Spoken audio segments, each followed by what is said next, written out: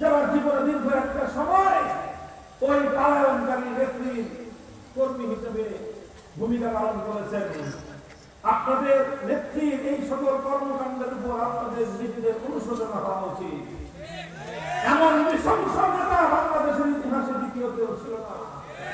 অসংখ্য মানুষকে এভাবে গুলি করে পাখির মতো হত্যা করার পরে অপরিবার করে আমার কি দোষ? এরপরে এভাবে পালায় গেল। আপনাদের কথা একবার চিন্তা করেছে 5ই আগস্ট দুপুরবেলা সে পালিয়েছে, 4 আগস্ট সন্ধ্যাবেলায়ও ছাত্রলীগ, যুবলীগ এবং এই সকল তারপরে যুবকদেরকে ডেকে নিয়ে বিভিন্ন জায়গায় তাদের হাতে অস্ত্র তুলে দেওয়া হয়েছে যে আগামীকাল তোমরা রাস্তাতে মোকাবেলা করো। অথচ সে জানতো যে তার ক্ষমতার মস্তক কেটে গিয়েছে, সে হয়তো টিকতে পারবে না। এই জন্য সে নিজে তার নিজের ছেলে মেয়ে, নিজের বই বাচ্চারা দিতে যা আছে এগুলোকে আগেই সেফে নিয়ে যাওয়ার জন্য যা যা দিবে লাগেজের মধ্যে 16টা লাগেজের মধ্যে আগে থেকে সব ভরে প্রস্তুত, সব নিজে যাওয়ার জন্য সবকিছু প্রস্তুত করেছে। নিজের আপনজন, নিজের ছেলে মেয়েরা যেন ঝুঁকির মধ্যে পড়ে না যায় তাদেরকে আগে থেকে নিরাপদ জায়গায় ব্যবস্থা করেছে। নিজের ভাগ্নে ভাতিজা বোনদেরকে পর্যন্ত সাথে করে নেওয়ার চেষ্টা করেছে। কিন্তু হে ছাত্রলীগ, যুবলীগের ছেলেরা, যুবকেরা, তোমরা যারা তাদের জন্য জীবন দিয়ে রক্ত দিয়ে সংগ্রাম করেছো, তোমাদের ভাবে না। সে এরকম ভাবে একটা লজ্জাজনক ভাবে দেশ ছেড়ে পালালো।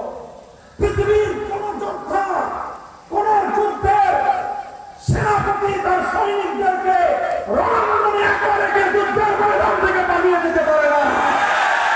আর যেভাবে নিজের সৈনিকদেরকে রণাঙ্গনে রেখে পালিয়ে যায়, সেই সেনাপতির মতো বীর কাপুরুষ অপদার্থ সেনাপতি আর কেউ হতে পারে না।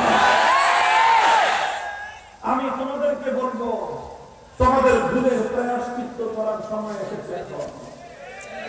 তোমরা একটা সময় পর্যন্ত এই ভুল নেত্রীর পিছনে ছুটেছ, তার ভুল আদর্শের পিছনে তোমরা ছুটেছ। এখন তোমাদের অনুশোচনার চোখ খুলে দেওয়া উচিত। তোমরা এবার তোমাদের ভুলের প্রায়শ্চিত্ত করো।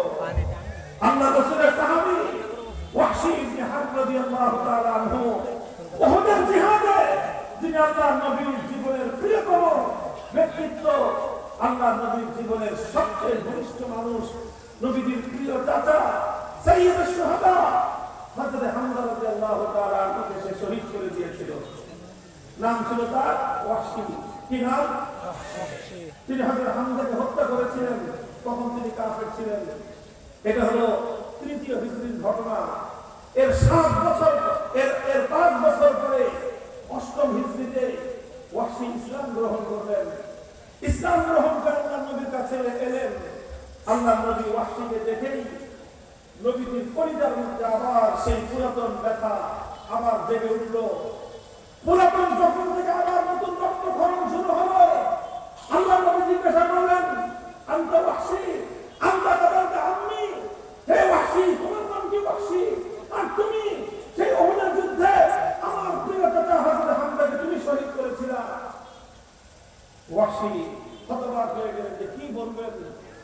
নবীর সামনে ইসলাম কবুল করেছেন, বড় আগ্রহ আবেগ নিয়ে নবীজি সেই পুরান দিনের হামজা রাদিয়াল্লাহু আনহু হৃদয় বিদারক মর্মান্তিক শাহাদাতের ঘটনা বলে বসলেন। হযরত ওয়াহশী